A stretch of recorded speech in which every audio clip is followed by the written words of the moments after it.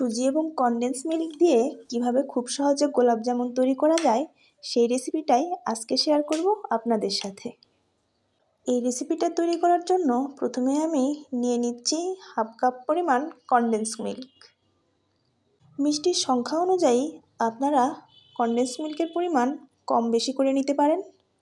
দিয়ে দিচ্ছি half cup পরিমাণ সুজি এবং খুব সামান্য পরিমাণ বেকিং পাউডার। এবার এগুলোকে আমি খুব ভালোভাবে মিশিয়ে সফট একটি ডো তৈরি করে নেব। আপনারা চাইলে এই কাজটি হাতের সাহায্যেও করতে পারেন।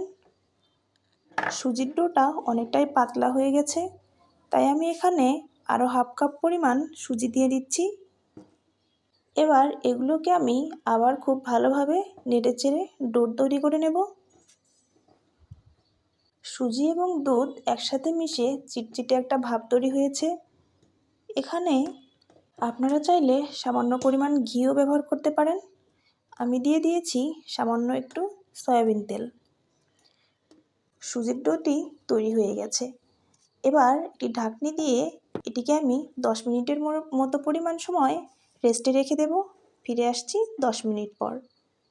এবার হাতে সামান্য একটু তেল মেখে সুজির ডোটা দিয়ে ছোট ছোট আমি মিষ্টি তৈরি করে নেব। মিষ্টিগুলোকে রাখার জন্য আমি একটি থালা নিয়ে নিয়েছি। এখানে আমি একটু সামান্য তেল ব্রাশ করে নেব, এতে করে মিষ্টিগুলো থালার সাথে লেগে যাবে না। তেল ব্রাশ করা হয়ে গেলে মিষ্টিগুলোকে আমি একটা একটা করে থালায় রেখে দেব। আপনারা চাইলে মিষ্টির শেপগুলো আরও একটু বড় করতে পারেন। আমি ছোট ছোট করেই বানিয়ে নিচ্ছি। সবগুলো মিষ্টি বানানোর পরেই আমি এগুলো ভাজার কাজে চলে যাব। দেখতে পাচ্ছেন সবগুলো মিষ্টিই কিন্তু প্রায় সেম সাইজের হয়েছে। এবার চুলায় প্যানে দিয়ে দিচ্ছি সয়াবিন তেল। তেল সামান্য গরম হয়ে এলে এবার আমি একটা একটা করে মিষ্টি দিয়ে দেব। এখানে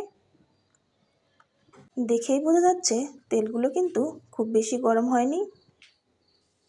তেলে মিষ্টিগুলো দেওয়ার সময় অবশ্যই খেয়াল রাখবেন একটি যেন আরেকটির গায়ে লেগে না যায়।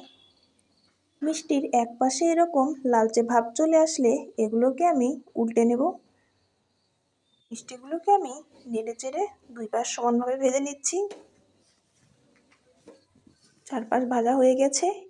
এবার একটি ছাঁকনির সাহায্যে তেল ঝরিয়ে এগুলোকে আমি তুলে নেব। মিষ্টি শিরা তৈরি করার জন্য দিয়েছি 1 কাপ পরিমাণ চিনি এবং সেম কাপ দিয়েই দিয়ে দিয়েছি 2 কাপ পরিমাণ পানি। নেড়েচেড়ে চিনিগুলো গলিয়ে নিচ্ছি।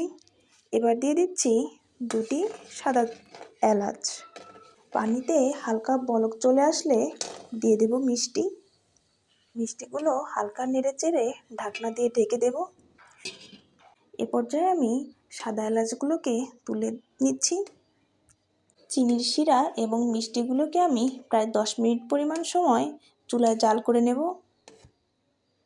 মাঝখানে আমি একবার ঢাকনা সরিয়ে মিষ্টিগুলোকে উল্টে দিয়েছি।